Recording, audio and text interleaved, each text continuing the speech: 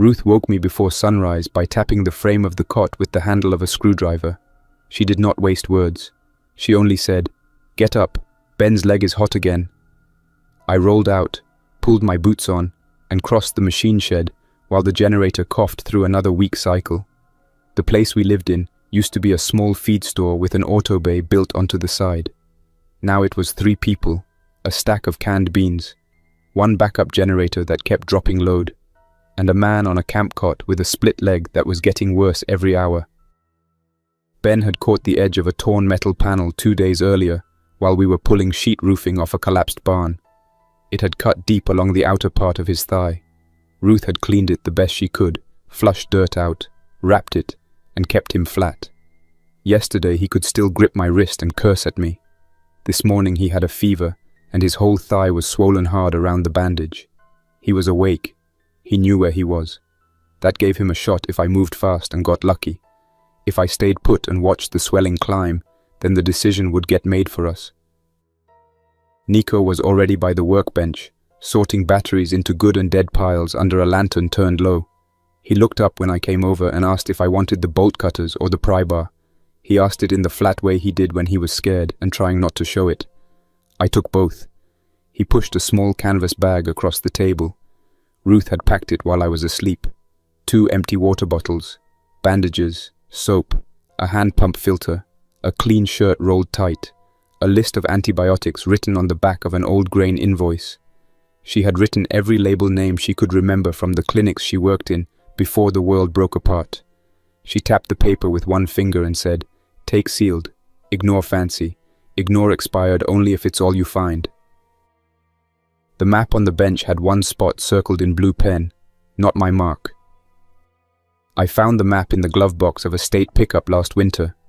The pickup was rusted into a ditch with 2 dead men inside, both in highway department jackets. The circle sat on a ridge north of us beside an old service road and a faded notation that read "Emergency Relay." I had looked at it for months and never gone. Too far for a random run. Too exposed for nothing. This morning, it stopped being a maybe. Ruth watched me fold the map and tuck it into my coat. "You don't go inside fast," she said. "You hear me?" I nodded. She had said the same thing every time I left for a hard run. This time she grabbed my sleeve before I stepped away and held it a second longer. "If it smells sweet and rotten at the same time, back out." I took our smallest truck, the old white utility pickup with the mismatched door and bad heater. It had half a tank, 1 cracked mirror, and a soft grind in reverse that I had been meaning to fix for months.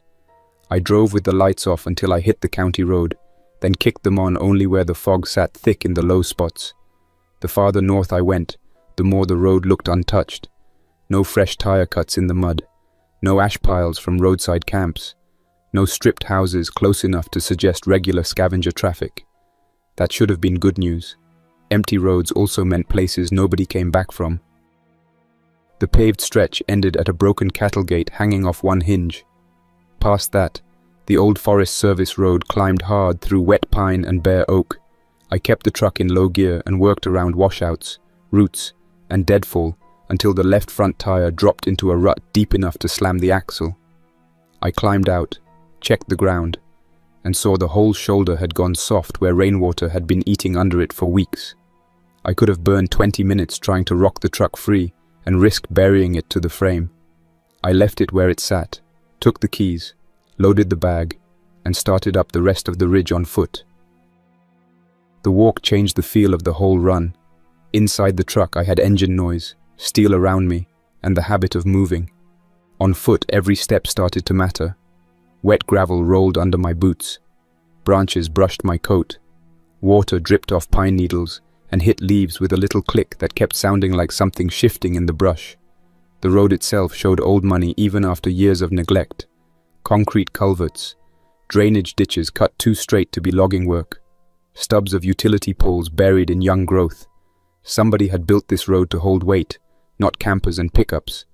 A federal site up ahead stopped being a rumor and started looking real. I found the first sign of trouble where a runoff ditch crossed under the road and spilled into a shallow wash.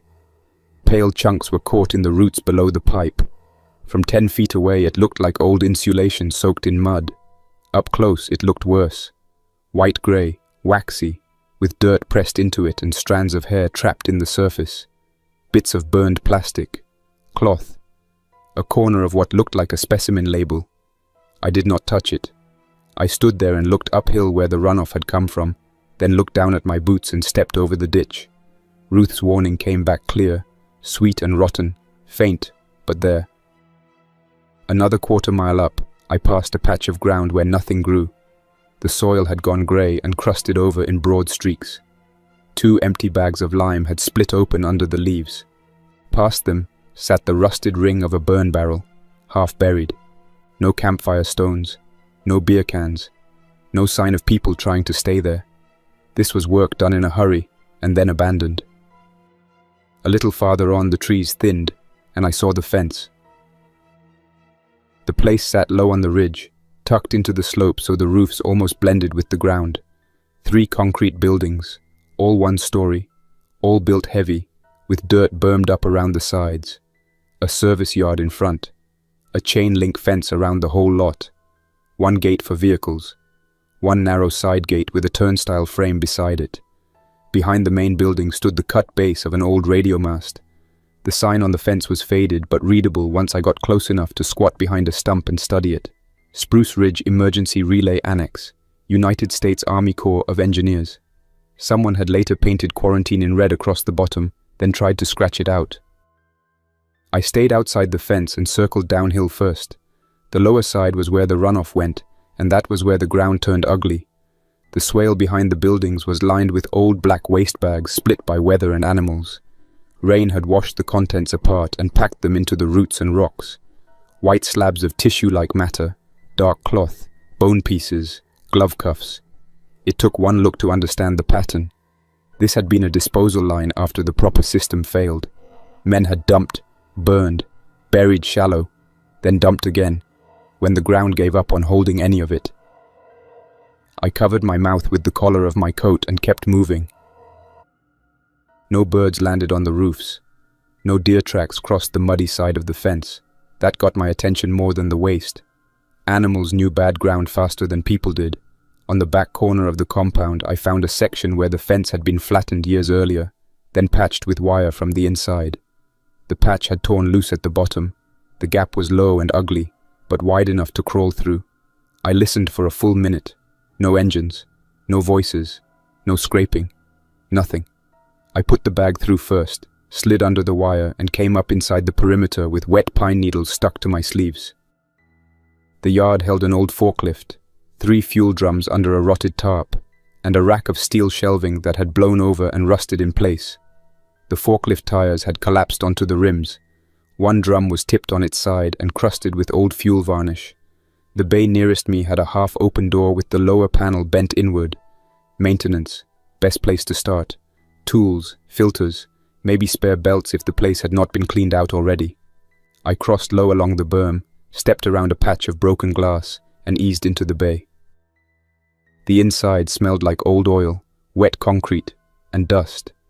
Light came through 2 high-wired windows, enough to show the benches and shelves without needing my flashlight yet. Somebody had taken the obvious stuff years ago. The first pegboard had empty outlines where wrenches and hammers used to hang. 2 tool drawers were dumped out on the floor. A battery charger sat on the wall with the cables cut. That was the usual look of a scavenged site. Then I looked deeper and saw what the first people had missed. Factory boxes on the top shelves behind fallen storage bins. Sealed fuel filters. Electrical relays in wax paper. A drive belt still in plastic. Dusty but untouched. I moved fast and quiet, checking labels against memory, building a small pile by the door. I had 1 hand on a relay box when a soft shift came from the far corner. Not a bang. Not a dropped tool. A slow drag of cloth over concrete. I turned and saw what I had taken for a stack of rolled tarps under a work table. It was a man in dark coveralls folded up on his side, with his knees pulled under him. He had been still enough to pass for junk, the face lifted first. The eyes found movement. He did not make a sound. He pushed up on 1 arm, dragged 1 foot, and started toward me in a straight line. His lower jaw worked open and shut, but nothing came out except a string of thick saliva hanging from the corner of his mouth. I did not let him get close.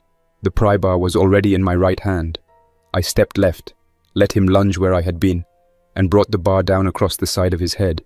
He hit the floor, slapped at my boot, and kept trying to rise. The second hit dropped him flat. The third one stopped the movement. I stayed over him for a count of 5, then backed off and watched for another shape in the corners. Nothing moved. My own mistake stood there in front of me plain as day. I had walked into a closed room, seen a shape, and let myself label it dead space. In that building, dead space was the trap. I finished the shelf fast after that. 3 fuel filters, 4 relays, 1 belt, a small hand crank flashlight still sealed in a kit pouch, a ring of keys hanging off a nail by the side door. The keys were tagged in faded paint marker. Ops, Med, Pump, South Hall, Intake. On the workbench under them sat a maintenance binder swollen from damp. I flipped it open and found the usual checklists at first. Battery rotation, water tank flush, load test. Then the writing changed.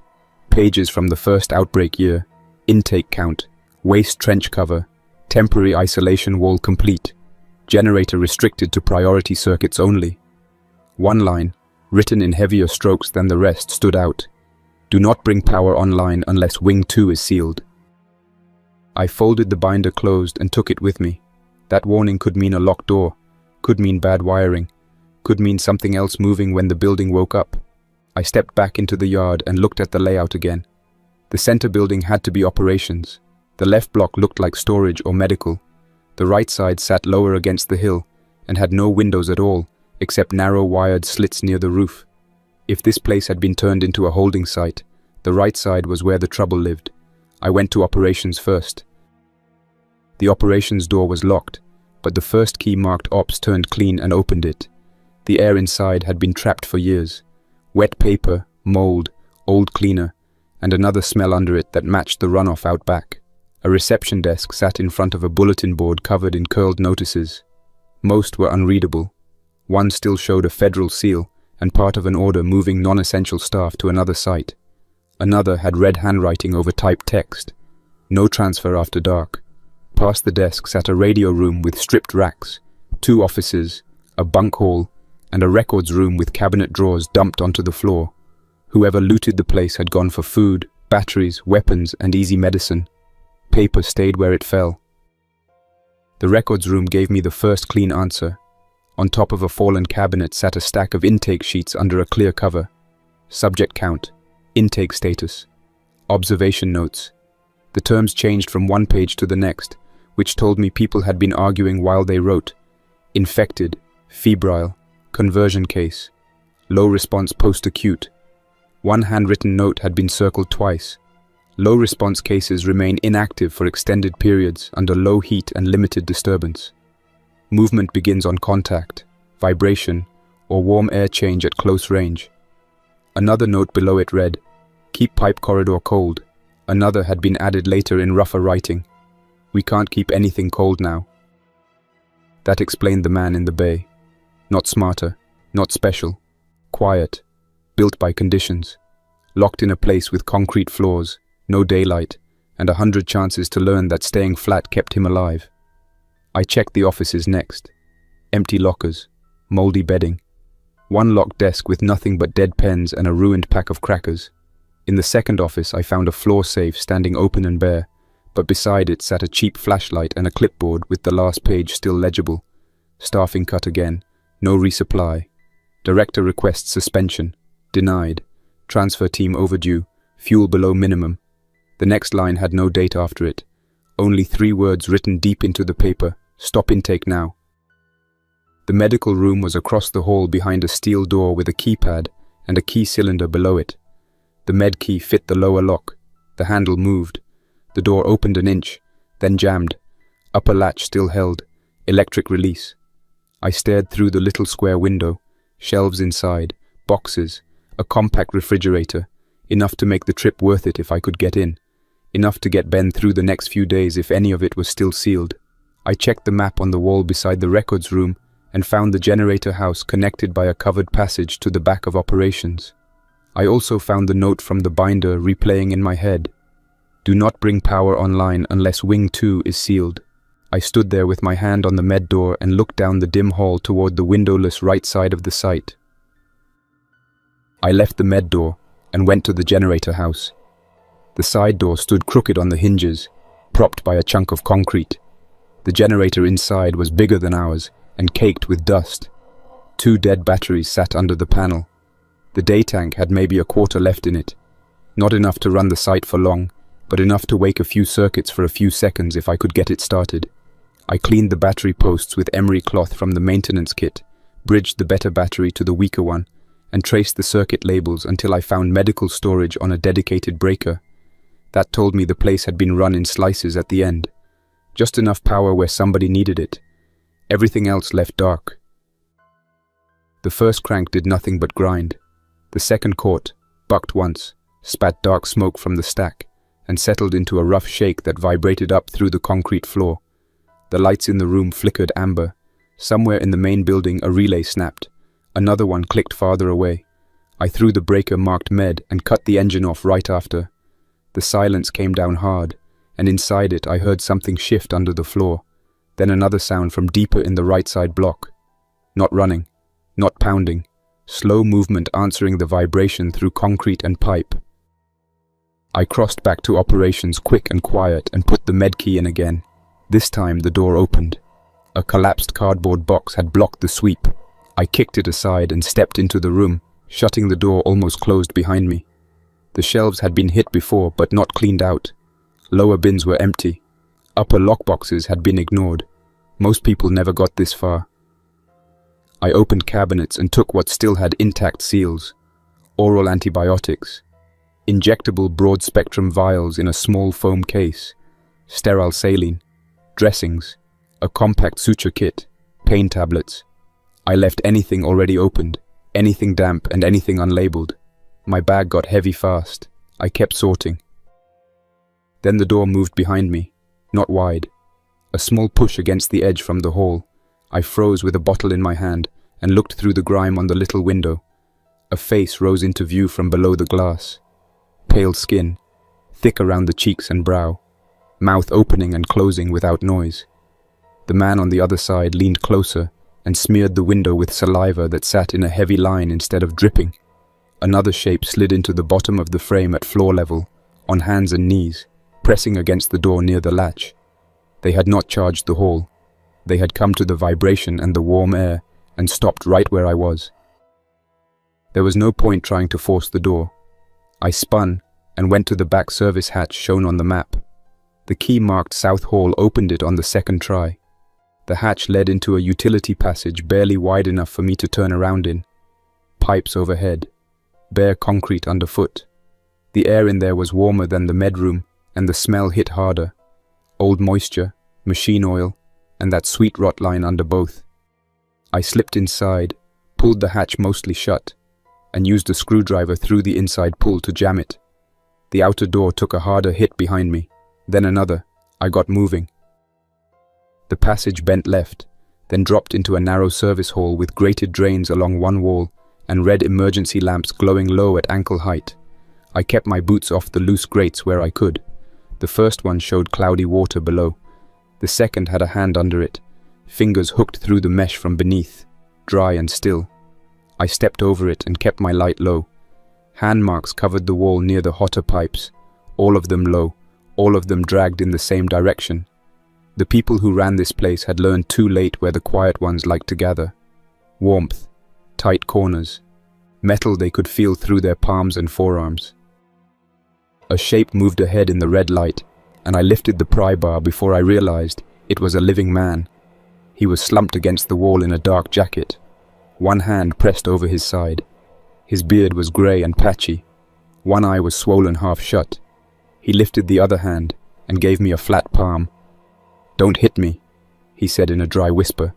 I stopped 3 steps back and kept the bar up anyway. He nodded once at the bag on my shoulder. "Medroom," I said yes. He looked toward the hall behind me, where another dull hit had sounded through the hatch, and said, "Then don't touch the steam valve in the next alcove. That wakes the whole place." I asked how long he had been in there. He said his name was Dale and he had come up the ridge at dawn with his daughter. They found the front office open. She went left. He went right. He had not seen her since. His side was soaked dark where a pipe edge or a door frame had ripped him. He was fading and he knew it. He pointed down the hall with 2 fingers. Security loop connects to the front gate. Manual release in the control room. Stay off the center grates. If the red lamp over a door is lit, don't open it. I offered water. He shook his head. Leave it. His hand slid off his side, and he shut his eyes for a second, then forced them open again. If you hear tapping in the wall, move. That means one is tracking the pipe. I left him there. No speech, no promise. He had given me the route and spent the last of his strength doing it. I moved on to the next junction, found the pump alcove, and saw the valve wheel right away. Steam. Bright red paint half flaked off. I gave it space and slipped past. The hall beyond opened into intake holding. The room had transport cages bolted to the floor and chains hanging from wall rings. Clipboards still hung beside a few cages. The paper had gone brown, but some lines were readable. Intake delayed. Sedation reduced. Observation only. One note added later in rough block letters read no more room in Wing 2. Another had been written over it in pen so hard the page tore. There is no safe room. The intake desk held a stack of empty syringe trays and a logbook. I took one page from the middle while standing. It described a subject lying still for almost 12 hours, then moving only when a nurse opened a food hatch and warm air rolled across the room. Not fast, not loud, close. That was the whole change. A bad rule in open country, a worse rule indoors. I slipped the page into my coat and checked the far door. Isolation wing. The handle had scratches around it from repeated use, and the lower half of the door was marked by dark smears where hands had dragged against it. I did not need to go through there. Security loop was the next hall over. I turned toward it and then heard the tapping. 3 quick ticks from inside the wall to my right. Not random. Metal answering metal through the pipe. I moved at once, fast and low, and something hit the mesh panel beside me from the other side hard enough to bow it inward. A pale arm pushed through the gap up to the elbow, fingers opening and closing in short grabs. Then a face pressed into the wire behind it, flat and silent, tracking movement through the vibration it had felt. I swung the pry bar once, crushed the hand against the mesh, and ran for the security hall. The noise of my boots carried. Doors farther back started answering with dull impacts. The security corridor was lit by one red lamp over a steel door marked control. Dale had said, "Do not open doors with a red lamp." I checked the hall behind me and saw a low shape cutting across the intake room floor toward the doorway, fast on hands and one knee. Clean choices were gone. I hit the control door shoulder first, got it open, and slipped inside. The room had been a gate office. Monitor racks along the wall, desk overturned, window looking out toward the front yard. In the corner sat a uniformed guard slumped against the filing cabinet with an empty revolver in his lap. Beside him hung the key box for manual overrides, the glass smashed years earlier. One handle remained on the hook, main gate release. I grabbed the handle and crossed to the gear housing under the window. The slot was rusted but still open. I jammed the steel shaft in and started turning. The chain outside clanked one link at a time. The noise carried through the whole front section. The low shape in the intake room hit the hall at once. I heard palms slapping concrete, then a hard drag where a knee or boot caught the door frame. The control room door bounced under the first impact. I kept turning. The guard in the corner stayed where he had died, head down, empty gun in his lap, while I worked the crank like he had probably done on his last try. The second hit on the door came harder. The latch plate groaned. I shoved my shoulder into it, forced the gap closed enough to buy one more turn, and cranked again. Outside, the chain went slack with a sharp pop. The lock had disengaged. That part was done. I pulled the handle free and spun toward the side exit, but the red lamp over the second door on the far wall caught my eye. It was lit too. Same warning, same bad sign. Then something struck that far door from the other side. Not once, but 3 fast hits in a row. Low, then higher, then low again. More than one infected in that room. If I used the side exit, I would be stepping into whatever had been stacked behind that lamp for years. The main control door behind me buckled inward 6 inches. A pale hand punched through the gap, fingers opening and closing. Then another face pressed into the opening, jaw working, eyes fixed on the movement of my legs. I cut left, dove over the overturned desk, and hit the floor behind the monitor rack. The hand swept through empty air where my thigh had been a second earlier. I scrambled to the window, looked out, and saw the front yard through wired glass. The gate sat partly open now, not wide, maybe 1.5 feet, enough to squeeze through if I got there first. Not enough to run clean with a bag on my shoulder, unless I shoved it wider. The wired glass had one cracked corner. I hit that corner with the pry bar twice, then a third time. The mesh inside held, but the pain gave enough that the whole lower section sagged inward. I slammed it with my boot, opened a rough gap, and shoved the bag through first. Glass tore the canvas but did not split it all the way. I followed head first, scraping my chest and hips on the broken frame, then dropped into the weeds outside beside the guard hut. I rolled behind the hut wall the second I landed. The control room door blew open behind me. A body hit the inside wall hard enough to shake dust out of the roofline. From that angle, I finally saw the front yard clearly. The gate was on the far side of the open concrete drive. The forklift sat halfway between, dead and rusting. The maintenance bay was off to my left. The waste trench and drainage cut were downhill beyond it. 3 infected were already moving in the yard. 1 crawled low from under the forklift forks. 1 had come through the control room doorway and was angling toward the window I had used. Another was rising from beside the guard hut itself. So close I had almost landed on him. He had been flat in the shadow between the hut wall and the concrete base, quiet enough to pass for debris. He turned his head toward me, found my movement, and lunged. I brought the pry bar up from the ground and smashed it into the side of his face at arm's length. The hit twisted him sideways, but he stayed on me. He caught my coat with one hand and dragged me half down with him. His breath hit my cheek, wet and foul. I drove my knee into his shoulder, tore the coat free, and hit him again harder, until he dropped across the hut threshold and stopped moving. The noise had cost me. The other 2 in the yard changed direction and came fast in short bursts, then slowed when they lost the exact line. They were using the impacts and the vibration through the slab. Every hard step I made wrote my position across the ground. I broke for the forklift, using the bulk of it as cover. 1 infected hit the side of the machine a second after I passed, slamming both hands on the dead steel mast and stopping there, listening through the metal. That gave me one clean idea. I grabbed the loose chain hanging from the forklift carriage, wrapped it once around the mast, and yanked it hard against the frame. The clanging exploded across the yard. All 3 infected corrected at once toward the forklift. I moved the other way, low and fast, cutting for the gate while the machine took their attention. I reached the opening and shoved the gate with both hands. The lower roller had jumped the bent track and jammed against a stone. The frame moved 2 inches, then stuck. Behind me, I heard the infected leaving the forklift and spreading again. I dropped the bag, got the pry bar under the lower roller bracket, and heaved. Rust snapped. The roller lifted.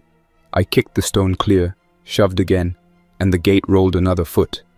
That was enough to get out. I snatched the bag and turned to slip through, then saw movement outside the fence on the roadside. A man was crouched behind the low retaining ditch with a hunting bow in his hands. He had a dark rain poncho, muddy boots, and a cloth tied over the lower half of his face. Another man lay flat 10 yards to his right behind a stump, watching the gate with a pistol braced in both hands. They were not part of the sight. They were waiting on the outside for whoever came out. The bowman saw me at the same moment I saw him.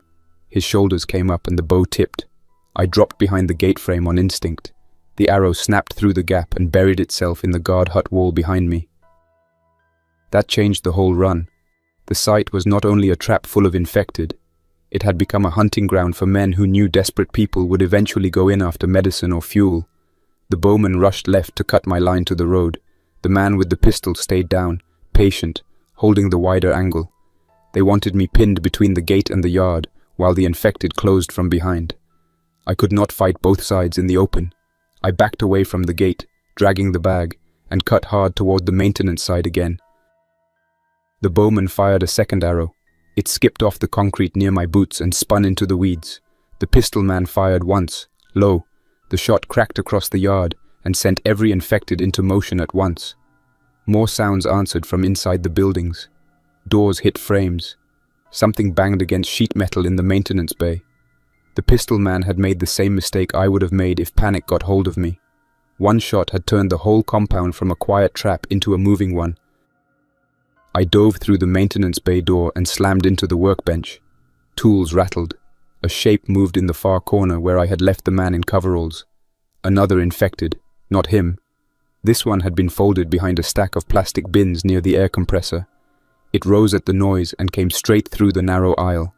I grabbed the compressor hose, ripped it free from the hook, and threw a metal nozzle against the opposite wall. The clang pulled the infected offline for half a second. I used that half second to get around the bench, hit the rear utility door with the key ring already in my hand, and stumbled into the covered service lane between buildings. The covered lane ran to the generator house and then downhill toward the waste trench. Rain from the night before had left the concrete slick. I nearly went down at the first turn, caught myself on the wall, and remembered what the notes had said about warm air and vibration. The generator was off. The buildings were cooling. The quiet ones would cluster near any heat they could still find. Pipes, sun-warmed walls, fire if I gave them one. The sour fuel drum by the bay door was still there. So was the road flare in my coat pocket. I had a way to move the infected. I also had 2 armed men outside, who would use any exit they could watch. The pistol man came around the front corner of the building and into the yard, using the noise and confusion to push in. He kept low, gun up, eyes on the doors. He was not there to rescue anyone. He was there to take what survivors carried. The bowman stayed outside the fence line, moving along the roadside to keep another angle on the gate. I got one look at the pistol man through the gap between the drums and the wall. He was younger than I expected, lean, steady, and not rattled yet. That made him worse. I waited until he passed the front edge of the maintenance bay, then shoved the fuel drum over and rolled it down the covered lane toward him. The drum hit a crack, bounced, and split open when it smacked the low curb by the trench. Fuel spread across the lane and into the runoff channel. The pistol man jumped back and cursed. The sound carried. 2 infected near the yard turned toward him at once. He fired twice, fast, sent a mass out of old habit. Both rounds hit and did nothing that helped him. One infected slammed him into the bay door before he could recover. The second latched onto his shooting arm and drove him sideways into the drum rack. His pistol clattered away under the shelving. He shouted for the bowman. The bowman did not come through the gate. He stayed outside where he had cleaner ground and no concrete walls to trap him. I struck the road flare on the wall. The first scrape failed. The second lit red. I threw it into the fuel line at the base of the trench and the lane flashed alive in a dirty sheet of flame. Fire crawled through the old waste, into the black bags, and up the grass by the retaining edge. Heat rolled under the covered lane. The 2 infected on the pistol man shifted toward the brighter burn and loosened on him just enough for him to scramble clear, but he left blood on the concrete and his right arm hung loose. He looked once toward the gate, saw how much of the yard was waking up, and ran for the fence instead of his gun. The bowman tried to cover him from outside. He shot through the fence gaps, not caring what he hit inside. One arrow buried in the maintenance wall. Another took an infected in the shoulder and changed nothing. Then the fire reached a second old fuel spill near the drum rack. The blast was not huge, but it was sharp and loud enough to crack one bay window and throw burning liquid under the shelving. That sound rolled through the whole compound. Every quiet infected I had not seen yet started answering. Doors shook. A vent cover tore loose under repeated impacts from inside. One body came out feet first through the broken window of the right side block and hit the ground hard, then rolled over and started crawling through the glass. The site had gone past salvage, past stealth, past any clean escape. I had one chance left that made sense. The drainage channel running behind the buildings dropped under the rear fence through a concrete culvert about the width of a large dog run. I had seen it when I circled the site. If the fire and the movement in the yard held the front and side busy, the culvert might still be open. It also meant going downhill through the waste runoff. No good choices left. only the one that might work. I cinched the bag tighter, covered my mouth with my sleeve, and ran for the back slope. The ground behind the buildings was soft, slick, and full of old disposal debris half buried in mud. I kept my feet on roots and rocks when I could, but the slope gave under me twice and sent me sliding on my heels. The smell hit harder with every step. Sweet, rotten, chemical, old smoke, wet cloth, and the sharp bite of lime. The runoff was full of pale matter caught in weeds and broken branches. One shape in the mud moved when I passed. A body half buried under the slope, pinned for years, and still active enough to grab when the ground shifted. Its hand caught my pant leg at the calf. I slammed the pry bar down on the wrist, tore free, and kept moving. I reached the culvert and found the opening half blocked by branches, plastic waste bags, and a dead raccoon caught in the mess. Water dribbled through the bottom. The space above it was tight but passable if I cleared the loose pile. I dropped the bag, hooked the pry bar through the debris, and dragged it out in chunks. The fire uphill had started drawing smoke down the slope now. Ash and grit drifted through the trees. Then I heard footsteps on the ridge behind me, quick and uneven. The pistol man. He had made it out of the fire line and was limping toward the backside, trying to cut me off before I escaped with the supplies. He came into view at the top of the slope with his right arm hanging and a knife in his left hand. No gun now, no partner near him. He saw the bag by the culvert and started down, sliding the last few feet. I put the pry bar up and told him to back off. He did not. He kept coming, jaw clenched, eyes on the bag. The first swing he made was wide and clumsy with the offhand. I stepped aside and hit his forearm with the pry bar. The knife flew into the runoff. He tried to grab me with the bad arm and went down on one knee in the mud. I shoved him backward with both hands, and he slid into the pale sludge at the base of the slope. Something moved under him at once. Two old bodies had been buried shallow in the runoff edge where the soil kept washing back. His weight broke the crust over them. Hands came up through the grey muck and locked onto his coat and thigh. He screamed and thrashed, kicking mud in my face. I grabbed the bag and backed away. He reached for me once, then the slope gave more, carrying him lower into the trench with the dead pulling from under him. I did not wait to see if he got free.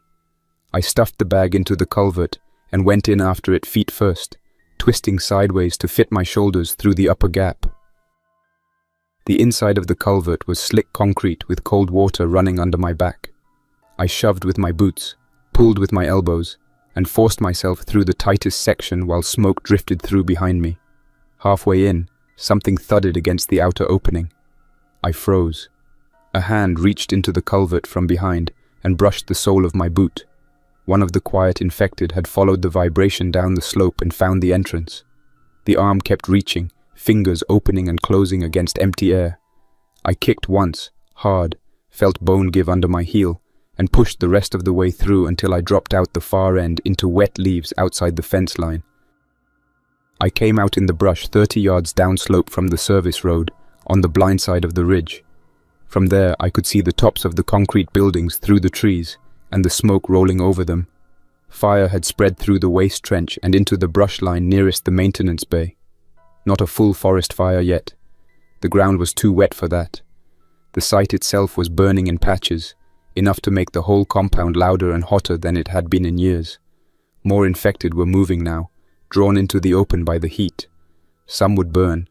Some would crawl into the woods if the fence gaps and broken windows gave them enough space. That changed the risk for everyone near that ridge from this day forward. I could not leave it at that. If the back slope fire crept into the trees and pushed infected downhill, my road out would turn into a funnel. I cut across the brush to the old service road below the site and ran to where the utility pickup sat nose down in the rut. It took too long to get it free. I wedged branches under the front tire, reversed, rocked it, and finally got enough bite to back out. Then, I drove straight to the narrowest turn in the road below the annex, found an old county salt spreader trailer rusting off the shoulder, and hooked it with the truck chain. The trailer wheels were sunk to the rims. The first pull snapped the rotten tongue jack. The second dragged it 6 inches. The third got it moving. I hauled that dead weight across the road until it jammed sideways between the ditch and the uphill bank, blocking almost the whole lane. Anyone coming up fast would have to stop, climb out, and work around it by hand. More than that, the metal bulk and angle of it gave me a break in the line if anything came down from the ridge. It was not a wall. It was enough to slow whatever followed. In a bad place, slowing the next problem mattered. As I chained the trailer off to a stump, the bowman appeared up the road through the smoke, moving slower now, bow still in hand. He had circled down from the front side and was looking for his partner or for me. He saw the blocked road, then me by the chain, then the truck. He raised the bow. I dropped behind the spreader frame as the arrow struck the metal hopper and rang like a bell. That sound carried down the road and back up toward the ridge. Bad for both of us. He reached for another arrow. I grabbed a rusted shovel off the trailer bed and slammed it into the side of the hopper as hard as I could, twice, then rolled under the axle toward the ditch. The clanging drew two infected out of the trees on the uphill side, where they had already made it past the fence and drifted down toward the road noise. They came low and fast, one after the other, not toward me, but straight toward the ringing metal and the bowman standing in the open. He loosed one arrow and hit the first in the neck. No effect that helped. He tried to run backward, slipped in the mud, and went down hard. The second infected hit him before he got one knee under him. I used the seconds that gave me. I crawled out the ditch side, got to the truck, and drove. The road down the ridge was a mess of washouts, roots, and fog pockets by then. I kept the speed low enough not to throw the truck off the edge, and high enough to keep distance from anything following. Twice I saw movement in the mirror, and could not tell if it was smoke, branches, or bodies in the road behind me. I did not stop to confirm. Near the county pavement, I passed the sedan that had been used as a roadblock earlier. Both front doors were still open, no one near it. I hit the rear bumper with the truck and shoved it nose first into the ditch so the lane stayed clear for my way out and blocked for anyone trying to come after me in a hurry. The drive back to the feed store felt longer than the climb up. Not from fear, from the weight of what I had done and what that site would do now. The fire, the gunshots, the metal impacts, the moving infected out of containment, the armed scavengers working the perimeter. Spruce Ridge had been a hidden trap before I arrived. On the way home, it had turned into an open hazard that could start sending trouble downhill. I had the medicine. I had the relay parts.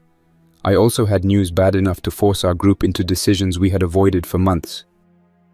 Ruth opened the gate when she heard the truck. Nico shut it behind me before I fully stopped.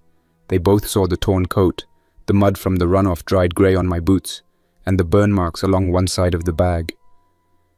Ruth did not ask questions first. She pointed to the wash station. Strip out a layer. Bag stays on the tarp. Don't bring the boots past the bay. I followed it step by step. Shirt, coat, gloves, pants, all into the burn barrel. Soap and boiled water for my hands, forearms, face, then the outside of the bag, bottle by bottle, box by box. Only when the gear was clean enough to handle did I start talking.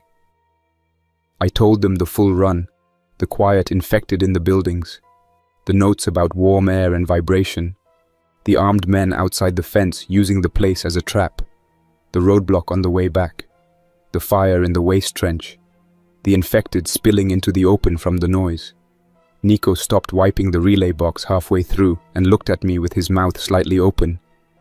"So that whole ridge is done now," he said. "Not just the site." I told him yes.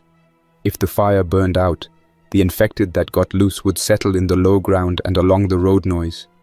If the fire spread, it would drive more movement. Either way, the north route was gone. Ruth took the antibiotics into the office and got the first injection into Ben before I even finished washing the last vial. He woke long enough to snap at her, which meant the fever had not taken his head yet.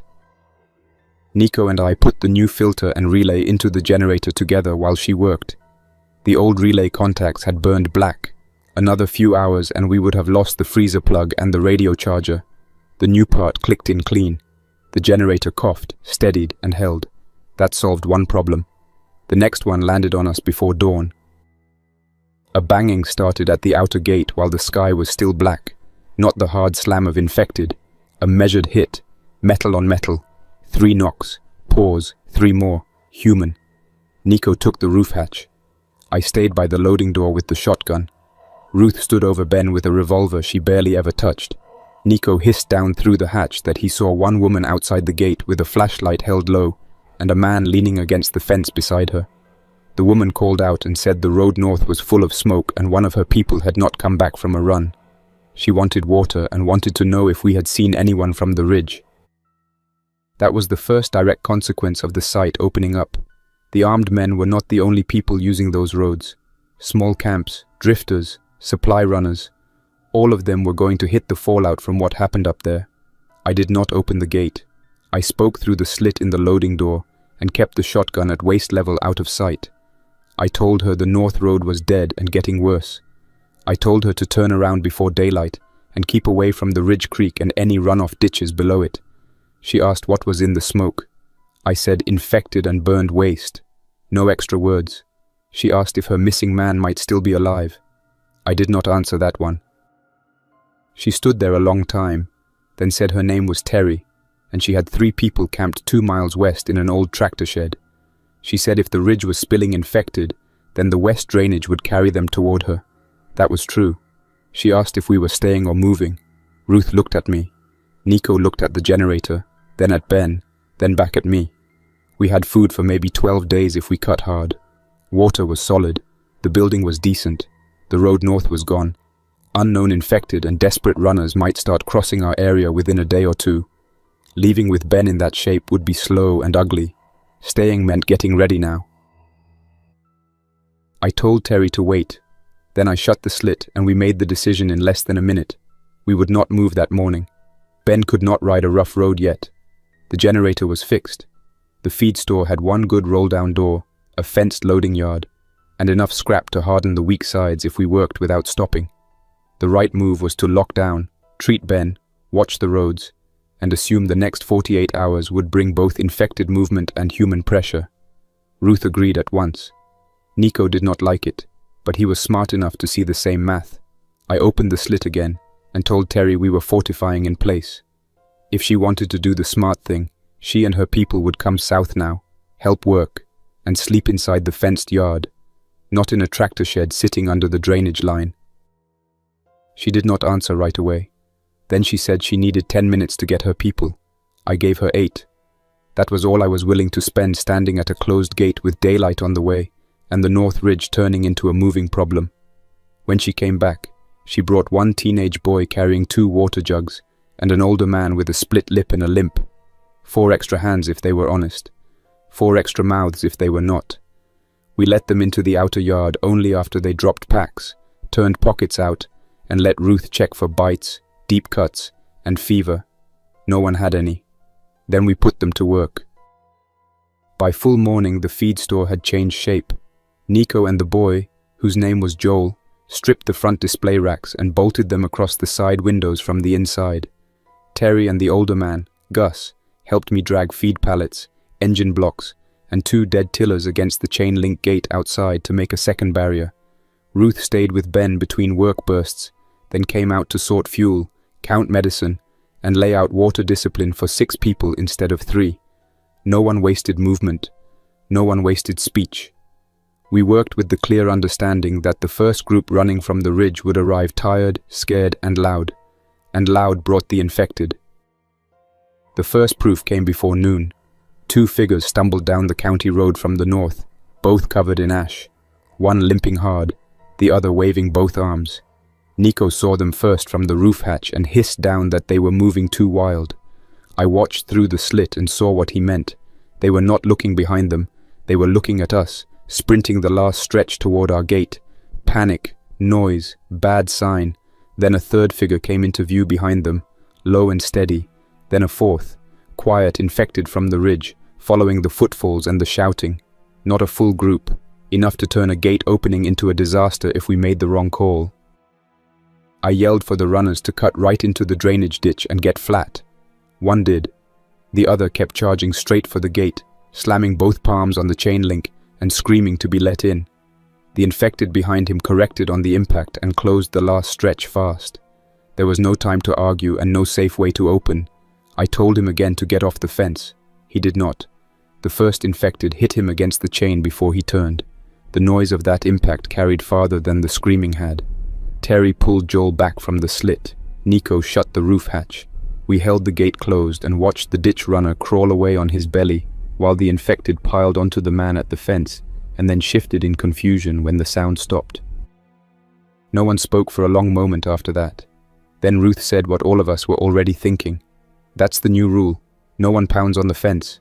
She looked at Terry when she said it, then at me. She was right. We wrote it on cardboard in black paint and wired it to the inside of the gate by afternoon. Stop at the ditch. Stay low. No shouting. No contact with fence.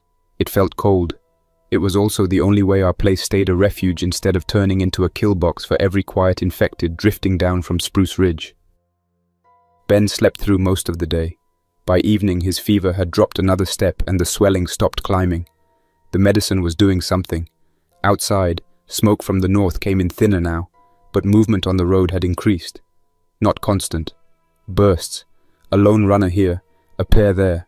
Once, a quiet infected crossed the far end of the county road and kept going south without ever looking toward us until Gus dropped a wrench in the yard by accident. The infected turned on the sound at once and came straight for the gate. We learned another hard rule from that. Yard work near the road only under cloth padding, no dropped metal, no open hammering after dark. That night, with 6 of us inside and the gate blocked by pallets and dead machinery, the feed store felt smaller than it ever had. Safer in one sense, more fragile in another. Spruce Ridge had not ended when I got away from it. The site kept unfolding into our lives one decision at a time. The armed scavengers, the fire, the infected moving out, the roads changing, the rules changing, the number of people under our roof changing. We had the medicine that kept Ben alive. We had the power back on. We had one fenced yard and a building that could hold if we stayed sharp. That was the ending the Ridge left us with. Not a clean escape, a harder world by the next morning, and a group small enough to survive only if every choice stayed honest. And that's where we'll stop for now. Thanks for listening. Don't forget to like, subscribe, and tell me how the story hit you, what moments worked, what didn't, and what you'd want to hear next. And a big thank you to everyone supporting the channel. You keep this project alive. Until next time, Survivor. Jack's Nightmares, signing off.